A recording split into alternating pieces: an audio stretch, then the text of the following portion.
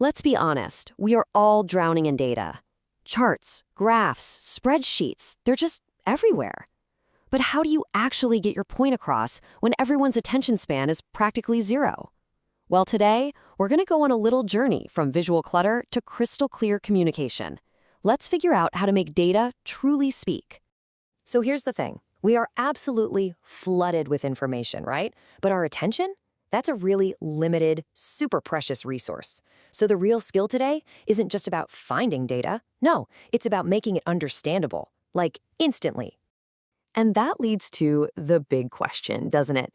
How do we take all this messy, complicated information and turn it into something clean, compelling, and maybe even beautiful? How do we find that clear signal inside all that noise? That's exactly what we're going to tackle. Okay, let's kick things off with a trap that so many of us fall into, and yeah, I've been there too. It's this idea of data overload, story underload.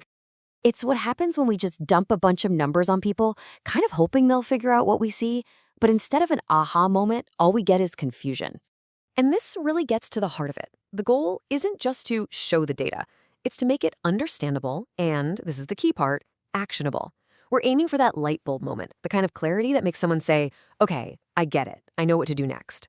So where do we even begin to build that kind of clarity? Believe it or not, it starts right at the top.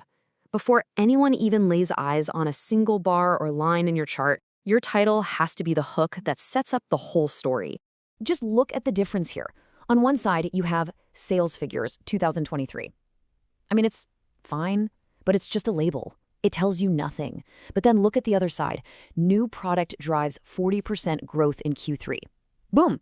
That's the whole story in one sentence. It gives you the key insight before you even have to process the chart. That's the power we're after.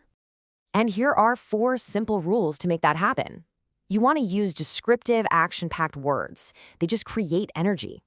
Keep it short and sweet. Under 10 words is kind of the sweet spot. And most importantly, your title should be the key insight. Think of it as the conclusion, not just the subject line. All right, so you've hooked them with a great title. What's next? Making the actual chart itself just effortless to understand. This is where we get into the nitty-gritty of labels, readability, and just being ruthlessly simple. And this really boils down to just a few key steps. First, put your labels right on the chart whenever you can. Don't make people go hunting for a legend. Second, pick the right tool for the job, the right chart for the story you're telling. Third, use color with a purpose to highlight what's important, not just to make it pretty. And finally, and this one's tough, you gotta be ruthless about removing every single thing that doesn't add real meaning. And this is a great little gallery of what not to do. See those flashy 3D effects? They don't just look kind of dated, they actually distort the data and make it harder to read. And that wall of jargon and acronyms, that just tells your audience, hey, this isn't for you. And that mess of grid lines, it's a perfect example of showing everything at once, which means you're really showing nothing. Simplicity is always your best friend.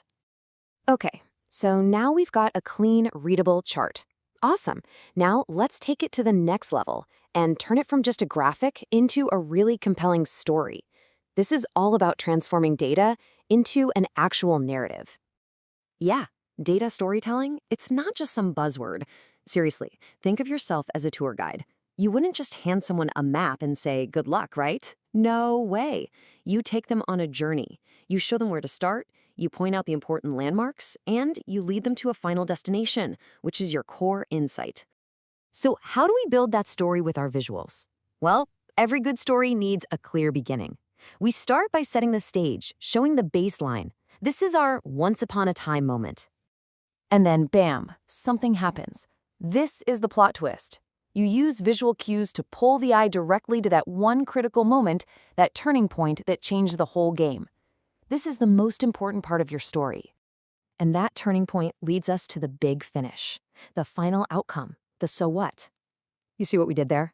In just 3 beats, we walked the viewer from the beginning, through the turning point, straight to the conclusion. We didn't just show them a line, we told them a story. So, to wrap all this up, let's pull it together with a simple, super practical cheat sheet. Think of this as your go-to guide for turning that clutter into real clarity. Here it is. This is the simple trade-off we should all be making, every single time. We ditch the distracting 3D stuff for clean, honest 2D clarity. We swap out the confusing jargon for simple language that anybody can understand. And instead of trying to cram everything in, we focus all of our audience's attention on the one message that truly matters. And full credit where it's due. It's important to mention that these powerful and really practical principles are adapted from the fantastic data analysis curriculum over at Assignment on Click, who do a great job of making these skills accessible to everyone. So I want to leave you with this one thought. Your data is never just a bunch of numbers. It's actually a collection of hidden stories. So the next time you're staring at a spreadsheet or building a chart, don't just ask, what does this say? Ask yourself,